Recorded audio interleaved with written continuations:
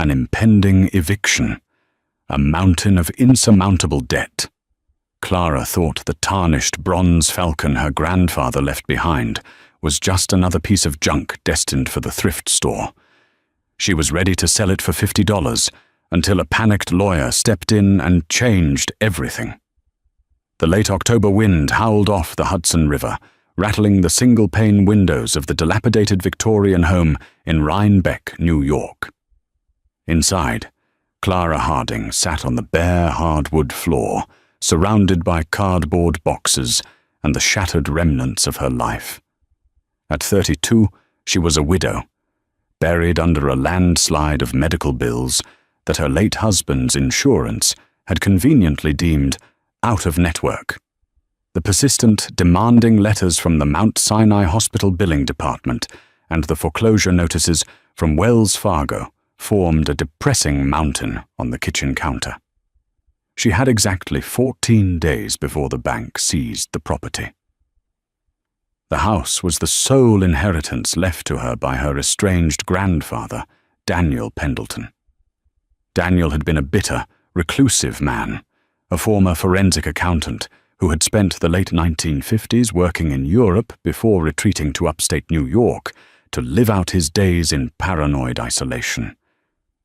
Clara hadn't expected millions, but she had prayed the house would be owned outright. Instead, she had inherited a property saddled with a reverse mortgage, black mold in the basement, and decades of hoarded junk. Clara wiped a smudge of dust from her cheek and reached into a mothball-scented crate. Her fingers brushed against something freezing cold and unnaturally heavy. With a grunt of effort, she hauled it out and set it on the floorboards. It was a bronze sculpture of a falcon, roughly 2 feet tall. It was monstrously ugly. The metal was heavily oxidized, covered in a sickly greenish patina that obscured the finer details of the feathers. Its eyes were vacant, the beak chipped, and it sat on a thick, disproportionately large square base. To Clara, it was just another symbol of Daniel's bizarre, useless hoarding.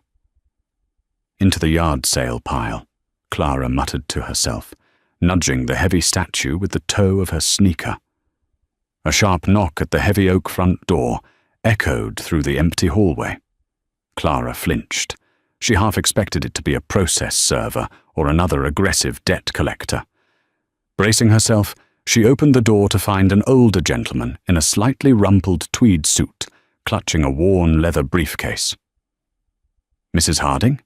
the man asked, his voice a gravelly baritone. "I am Thomas Abernathy. I was your grandfather's estate attorney." Clara sighed, her shoulders slumping. "Mr. Abernathy, I thought we finalized the probate paperwork last week, over the phone. There's nothing left to sign. The bank is taking the house on the 14th. "May I come in?" Thomas asked gently, his sharp blue eyes scanning the chaotic living room. Clara stepped aside. Thomas walked in, his gaze lingering on the piles of packed boxes and the stark reality of Clara's financial ruin. He set his briefcase on a rickety side table and unclasped it. "I am well aware of the Wells Fargo foreclosure, Clara, and I am deeply sorry about the medical debts," Thomas said, pulling out a thick manila folder. "Daniel was a difficult client. He trusted no one, not even me, entirely. But he did leave a final codicil in his will that was only to be executed if the estate faced total liquidation." Clara offered a bitter, exhausted laugh. "Total liquidation is an understatement. I'm selling his old coats for $5 apiece tomorrow, just to afford gas money to move into my sister's spare bedroom. Did he leave behind a secret life insurance policy? A buried chest of gold?" "No," Thomas said, adjusting his reading glasses. "He left a set of instructions regarding a specific item in this house. He claimed that, should you face financial ruin, you were to look to the Guardian of Geneva." Clara stared at the lawyer blankly. "The what?" "The Guardian of Geneva," Thomas repeated, reading directly from Daniel's scrawled handwriting on a yellowed legal pad. Daniel spent years after the war tracking down misappropriated assets for private clients in Switzerland. He was obsessed with privacy. Before he died, he insisted that the Guardian would settle all debts. I assumed it was the ramblings of a dying man. I spent the last 3 days searching his financial records for any offshore accounts under that name. Nothing. Clara looked around the room, her frustration boiling over. "There is nothing here, Mr. Abernathy. It's all junk. Old encyclopedias, broken lamps, moth-eaten rugs. There is no Guardian." Thomas sighed, closing the folder. "I felt legally obligated to inform you, Mrs. Harding, just in case. You recognized the name." Clara shook her head, tears of pure exhaustion pricking her eyes. "I don't. Thank you for your time, Mr. Abernathy, but I need to finish pricing these items for tomorrow. If you want a broken toaster, you can have it on the house." Thomas offered a sympathetic nod, packed his briefcase, and walked toward the door. As he passed the pile of items destined for the yard sale, his wingtip shoe bumped against the heavy bronze falcon. He paused, looking down at the ugly, green-tarnished bird. He frowned slightly, but said nothing as he let himself out into the biting October wind. Clara was alone again with the silence, the crushing debt, and a pile of worthless metal. By 8 a.m. the next morning, the front lawn of the Pendleton estate was dotted with folding tables. Clara had dragged out every piece of furniture, every box of dishware, and every bizarre knick-knack Daniel had hoarded. The bronze falcon sat on a sturdy wooden crate at the center of the lawn, a price tag dangling from its beak. $40. A smattering of locals picked through the items. A woman haggled over a set of floral teacups. A teenager bought a vintage leather jacket. By noon, Clara had made exactly $85. It felt like trying to empty the ocean with a teaspoon. Just as she was about to start packing up the unsold items, a sleek, jet-black Mercedes-Benz S-Class pulled up to the curb. It was entirely out of place in the modest, working-class neighborhood. The door opened, and a man stepped out. He was impeccably dressed in a tailored charcoal topcoat, wearing expensive leather gloves and dark sunglasses, despite the overcast sky. He didn't browse. He walked with a predatory, laser-like focus straight toward the wooden crate. He stopped in front of the bronze falcon, tilting his head. He didn't touch it. "Interesting piece," the man said. His accent was faint, perhaps Eastern European or German, smoothed over by years in high society. "It's $40, Clara said, stepping forward, shivering in her thin cardigan. "It's solid bronze, very heavy." "40, the man repeated, a faint, amused smile playing on his lips. He reached into his coat pocket and pulled out a silver money clip, thick with $100 bills. He peeled off 5 of them and laid them on the table. "I will give you 500. Clara froze. Her heart hammered against her ribs. $500 was a godsend. It was groceries and a month of car insurance. Really, you know it's tarnished, right? "I appreciate the patina," the man said smoothly. "In fact, I am feeling generous.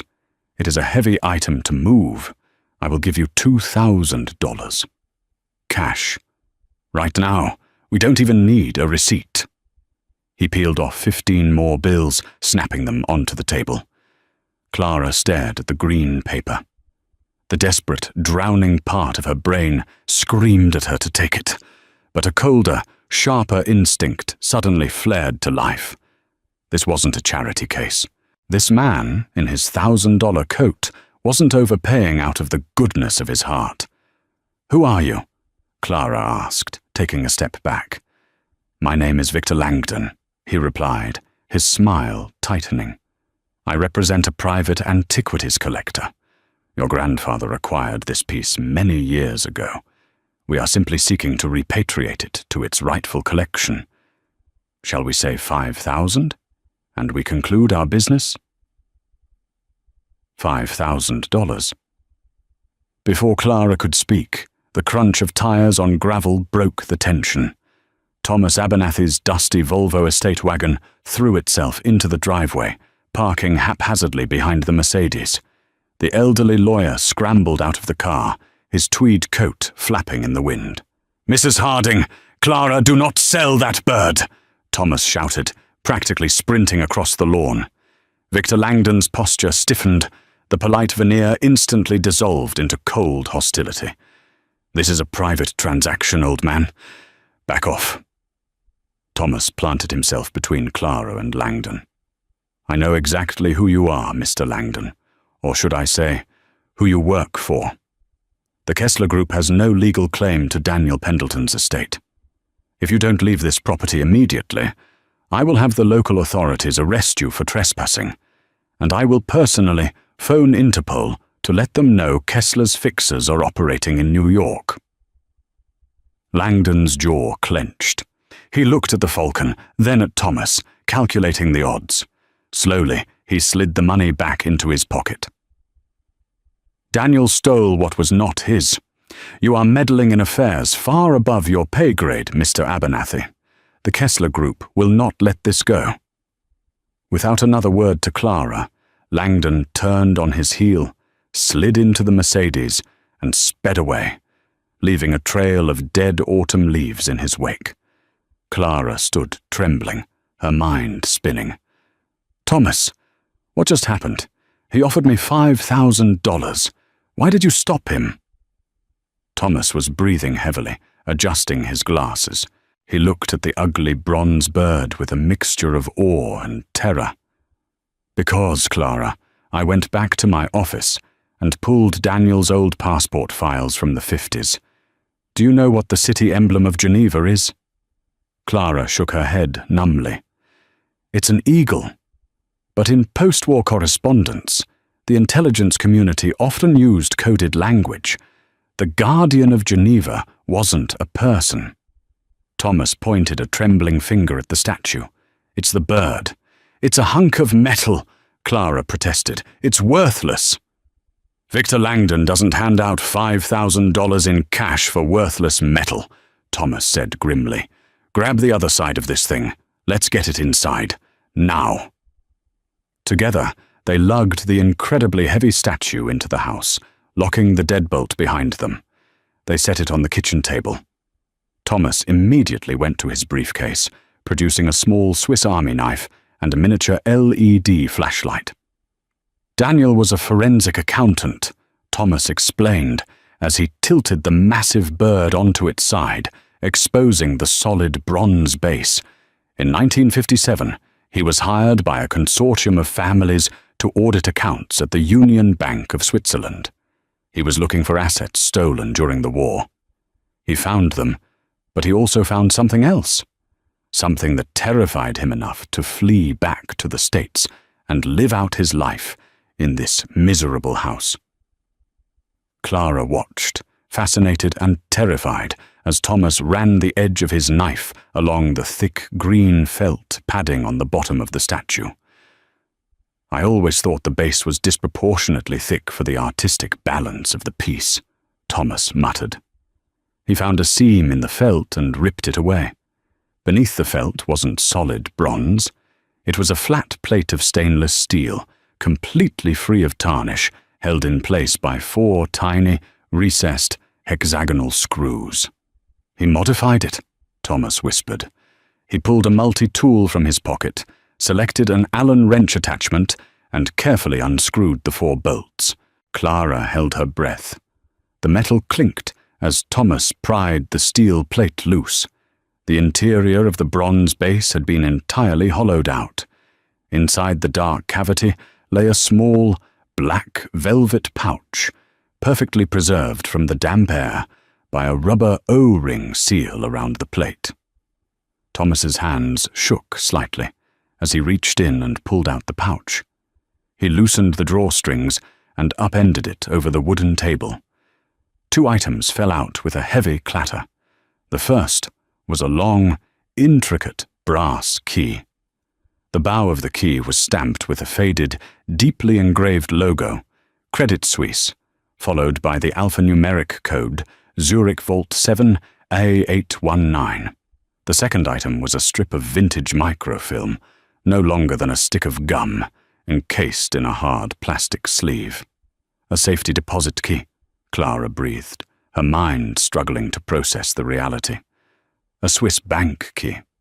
Is there money in it? Thomas didn't answer immediately. He picked up the microfilm strip, holding it up to the harsh light of the kitchen fixture. He squinted, his face draining of all color. "Thomas," Clara asked, her voice tight with panic. "What is it?" Thomas slowly lowered the film. He looked at Clara, and for the first time since she had met the stoic lawyer, he looked genuinely terrified. "Clara," he said, his voice dropping to a whisper. "Daniel didn't hide money.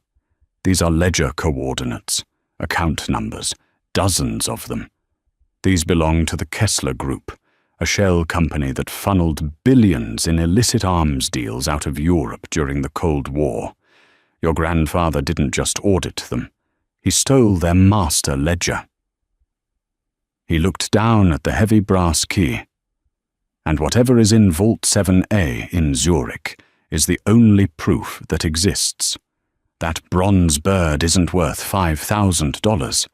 The secrets inside it are worth hundreds of millions, and the people who want it back will absolutely kill us both to get it." The silence in the kitchen was deafening, broken only by the rhythmic ticking of the antique grandfather clock in the hallway. Clara stared at the tiny strip of microfilm, the weight of Thomas's words anchoring her to the scuffed linoleum floor. She was facing foreclosure for $70,000, and now she was holding the financial linchpin of an international arms syndicate. "We cannot stay here," Thomas said, his voice suddenly brisk and authoritative. The elderly lawyer, previously trembling, seemed to have locked into a mode of rigid survival. He snapped the false bottom of the bronze falcon back into place and shoved the heavy bird off the table. It hit the floorboards with a dull, resonant thud.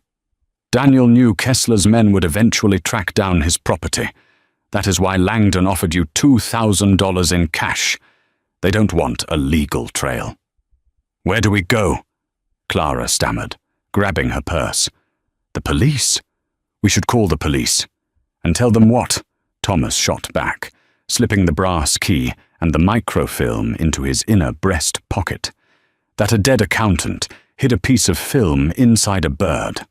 Local law enforcement will confiscate it as evidence, log it into a public database, and the Kessler Group will have it within 24 hours. No, Clara. Daniel left this to you. The instructions were specific. The Guardian will settle all debts. The only way to settle this is to open Vault 7A-819 before Kessler's fixers realize we have the key." Thomas grabbed Clara's arm and guided her toward the back door. "Leave the boxes. Leave the yard sale. We are taking my car, and we are driving straight to John F. Kennedy International Airport. I have a contact at Swiss International Airlines. We are getting on the red-eye to Zurich." They slipped out through the overgrown backyard, the damp autumn leaves masking their footsteps. Just as Thomas backed his dusty Volvo out of the rear alleyway, Clara glanced back at the house. 2 black SUVs had just aggressively mounted the curb onto the front lawn, crushing her yard sale tables. 4 men in dark coats poured out, moving with terrifying tactical precision toward the front door. Clara ducked down in the passenger seat, her heart threatening to crack her ribs. The drive to JFK was a blur of highway lights and frantic phone calls. Thomas utilized an archaic, encrypted flip phone to arrange their tickets, paying exorbitant last-minute fares from his own firm's emergency fund. 14 hours later, the crisp, thin air of Switzerland hit Clara's lungs. Zurich was a stark contrast to the decaying Victorian house in Rhinebeck. It was a city of immaculate precision, where polished steel trams glided silently past centuries-old cathedrals. Thomas led an exhausted Clara to Paradeplatz, the epicenter of Swiss banking. They stood before the imposing neoclassical stone facade of the Credit Suisse headquarters. The building radiated an aura of impenetrable wealth and absolute secrecy. "Let me do the talking," Thomas murmured, as they pushed through the heavy brass revolving doors. Inside, the lobby was a cathedral of marble and mahogany. The hush was profound, absorbing the sound of their footsteps. Thomas approached the main reception desk, presenting his New York State Bar credentials and a notarized copy of Daniel Pendleton's death certificate. "We are here to access a private deposit box," Thomas told the impeccably groomed receptionist. "Vault 7A-819. The receptionist's fingers danced across a keyboard. Her expression remained entirely neutral. "One moment, please, Herr Abernathy." 10 minutes later, a tall, austere man in a bespoke navy suit approached them. His silver hair was slicked back, and his eyes were sharp and unreadable. "Mrs. Harding, Mr. Abernathy, I am Director Weber. Please, follow me." Weber led them through a labyrinth of heavily guarded corridors, past retinal scanners and armed security personnel who stood as still as statues. They descended 3 floors underground in a private elevator. The air grew noticeably cooler, smelling faintly of oiled metal and ozone. "Your grandfather, Daniel Pendleton, was a very cautious client," Director Weber explained, his voice echoing slightly in the subterranean hallway. "He leased this vault in 1982. Under Swiss banking secrecy laws of that era, the box is tied explicitly to the physical key and a biometric signature, in this case, a genetic succession clause. As his direct heir, Mrs. Harding, the contents belong to you, provided you have the primary key." Thomas handed the heavy brass key to Weber. They stopped before a massive circular vault door, easily a yard thick, gleaming with polished steel cogs. Weber turned a dial, entered a sequence of numbers, and pressed his thumb to a scanner. The massive door hissed, unsealing with a heavy mechanical groan, and swung outward. Beyond the door lay a long room, lined with thousands of brushed steel deposit boxes. Weber walked down the row to section 7A, stopping at box 819. He inserted Thomas's brass key into the left keyhole. He then produced a master key from his own chain and inserted it into the right. "Click. I will leave you to your privacy," Weber said, stepping back and bowing slightly. "When you are finished, simply close the door. It will lock automatically." He turned and walked out, leaving Clara and Thomas alone in the sterile silence. Clara's hands were shaking violently. She reached forward and pulled the heavy steel drawer from the wall. Clara carried the metal drawer to a private viewing table in the center of the room. The box was surprisingly heavy. Thomas stood at her shoulder, his breath hitching as she lifted the lid. Inside, the box was neatly organized. On the left side sat a stack of documents bound in heavy leather. On the right, wrapped in archival plastic, were stacks of thick, intricately printed certificates. Thomas reached for the certificates first. He pulled one from the stack, his eyes widening behind his glasses. Dear God in heaven! "What are they?" Clara asked, looking at the ornate borders and the seal of the United States. "They are United States Treasury bearer bonds," Thomas whispered, his voice cracking. "Issued in the 1980s. Clara, bearer bonds are essentially untraceable cash. Whoever holds the physical paper owns the asset. They stopped issuing these decades ago because they were so widely used for money laundering." "How much?" Clara asked, her throat dry. Thomas flipped through the stacks, doing rapid mental calculations. "There are 50 certificates here. Each is denominated at $100,000. Factoring in the historical maturity and compounded interest. Thomas looked up, his face pale. Clara, there is over $12 million in this box. Clara staggered back, gripping the edge of the metal table to keep her knees from buckling. $12 million. It was an impossible, abstract number. It was enough to pay off the medical debts 1,000 times over. It was enough to buy the bank that was foreclosing on her house. But why? Clara managed to ask. Why did Daniel have this? Was he corrupt? Was he working for Kessler? Read the letter, Thomas instructed, pointing to a sealed envelope resting atop the leather-bound ledger. It was addressed simply to the Guardian. Clara tore open the envelope. Inside was a single sheet of heavy parchment, written in Daniel's sharp, meticulous handwriting. If you are reading this, Clara, it means the hounds finally closed in, and I am dead. I was not a good man, nor a particularly brave one. In 1982, I was hired to audit the Kessler Group's offshore accounts. I discovered they were funding paramilitary death squads across South America and Eastern Europe, profiting off the slaughter of thousands. I was supposed to quietly balance their books. Instead, I stole their master ledger. The bonds in this box are not Kessler's money. They are the bounty. I quietly orchestrated a blind settlement with the United States Department of Justice, providing them with enough breadcrumbs to freeze Kessler's American assets. In exchange, I received a whistleblower award, paid anonymously in untraceable bonds, to keep my identity completely dark.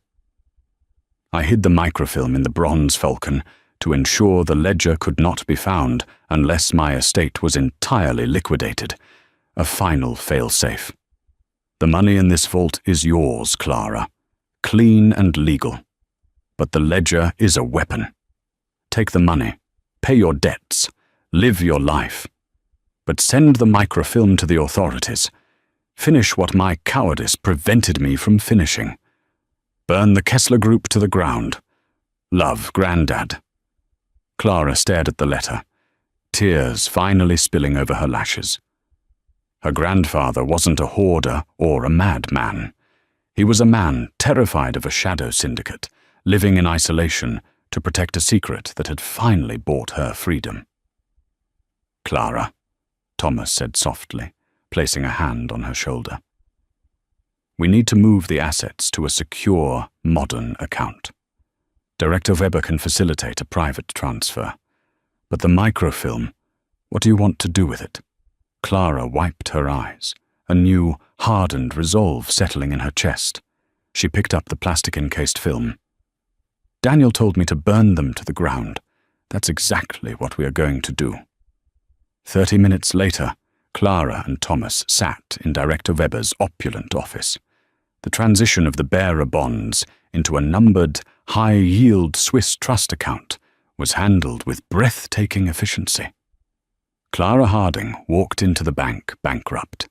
She was walking out a multi-millionaire. But as they stood to leave, the heavy oak doors of Weber's office suddenly pushed open. Victor Langdon stood in the doorway. He was no longer wearing the polite smile from the yard sale. He looked disheveled, frantic, and dangerous. His right hand was buried deep in his charcoal topcoat, gripping something heavy. "You led us on quite a chase, Mr. Abernathy," Langdon snarled, stepping into the room and kicking the door shut behind him. "You took an early flight. Impressive. Hand over the microfilm, and you both get to walk out of Zurich alive." Thomas stiffened, stepping in front of Clara. But Clara didn't cower. She looked at Langdon, then looked at Director Weber, who had remained calmly seated behind his mahogany desk. "Director Weber," Clara said, her voice remarkably steady, "does Credit Suisse guarantee the safety of its premium account holders on bank premises?" Weber's eyes flicked to Langdon. The banker's expression was as cold as a glacier. "Absolutely, Mrs. Harding. Aggression toward our clients is a violation of our institutional sovereignty." Weber didn't shout. He didn't panic. He simply pressed a small brass button concealed beneath the lip of his desk. Before Langdon could draw his weapon, a side door perfectly flush with the wood-paneled wall burst open. 3 heavily armored Swiss Federal Police officers, an elite tactical unit permanently stationed within the bank's subterranean levels, flooded the room. "Drop your weapon," the lead officer barked in German, leveling a compact submachine gun at Langdon's chest. Langdon froze.